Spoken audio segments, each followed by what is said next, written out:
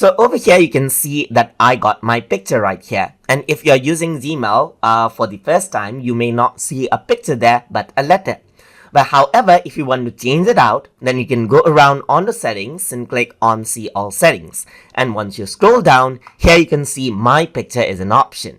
So now it says your Google profile picture is visible across Google services, and you can change your picture in About Me. So you can go around and utilize this link, and it takes you to the Google account page, as you can see the About Me section. So from over here, you can click on the profile picture, click on change, and then choose whatever picture that you see. So you can go around onto your Google Photos as well, and you can select out any photo that you want right here, and then readjust it and then set it as the profile picture right here, and it saves out the profile picture, as you can see right here.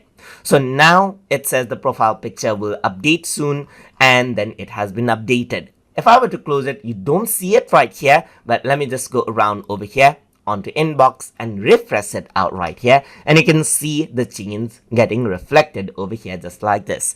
And that is how you can go around and change your Google account picture by accessing the link through Gmail directly. So hope you guys learned something as always, and as always, please like, comment, share and subscribe.